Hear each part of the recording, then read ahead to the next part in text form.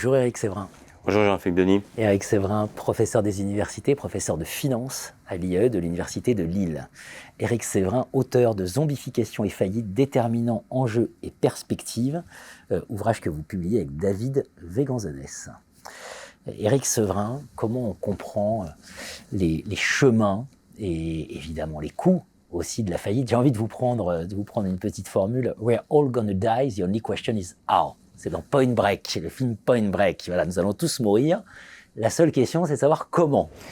Alors c'est vrai qu'à long terme, nous sommes tous morts, c'est ce qu'a dit Keynes. Donc nous sommes d'accord.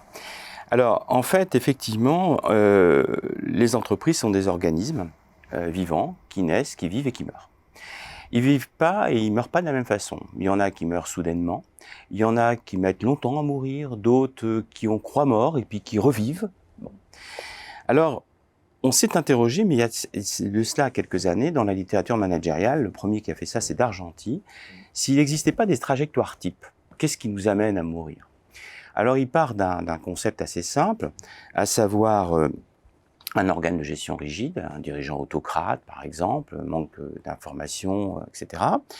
Des erreurs de gestion, et puis ces erreurs de gestion qui vont finalement vont se traduire dans des symptômes d'entreprise, fort endettement, baisse des ventes, etc. Et il distingue 3 chemins de faillite.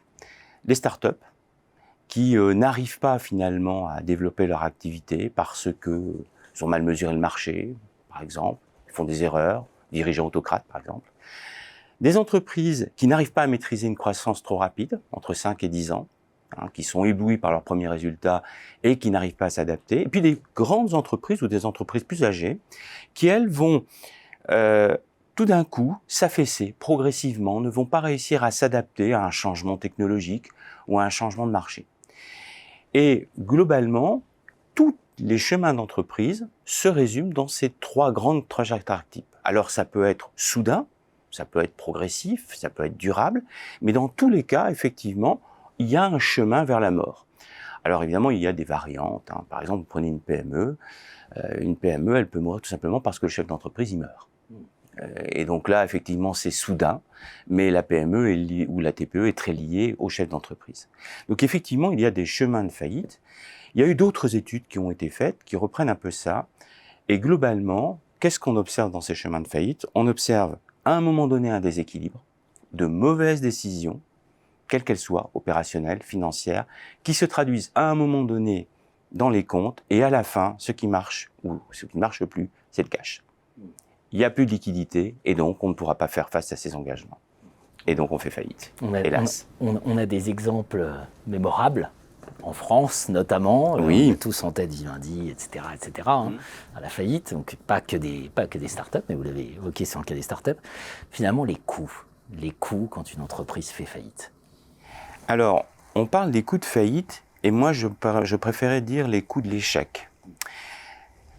Il y a des coûts directs et des coûts indirects. Les coûts directs, c'est assez simple, c'est le mandataire de justice en procédure collective, c'est un coût direct. C'est assez facilement calculable, à 10% de la valeur de la firme quand même, selon des études assez anciennes. Mais il y a surtout des coûts indirects. Et ça, c'est extrêmement difficile à chiffrer, mais c'est extrêmement lourd. On les situe entre 10 et 20% de la valeur. La perte de clients, la perte de fournisseurs, la perte de salariés. Donc on perd des compétences et les salariés restants aussi peuvent avoir aussi des phénomènes de deuil qui font qu'ils sont moins motivés pour redresser l'entreprise. La vente d'actifs à vil prix. Quand on a besoin de cash et qu'on est en difficulté, eh bien on vend ses actifs à n'importe quel prix. Et donc pas au bon prix. Et puis, les problèmes liés aux désaccords qui peuvent exister entre le dirigeant et les actionnaires. Un dirigeant retire son bien-être et sa fortune essentiellement de sa position de dirigeant, les actionnaires moins.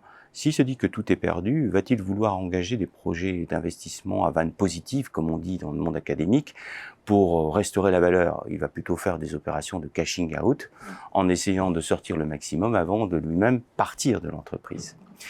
Et ces coûts indirects, ils existent après la faillite, mais ils existent aussi avant, pendant qu'on est en train de mourir. Donc un sujet à absolument regarder très attentivement. Zombification et faillite, déterminant enjeux et perspectives pour mieux comprendre ce sujet. C'est une très grande actualité, j'ai envie de dire, malheureusement. Hélas. Merci Éric Séverin. Merci.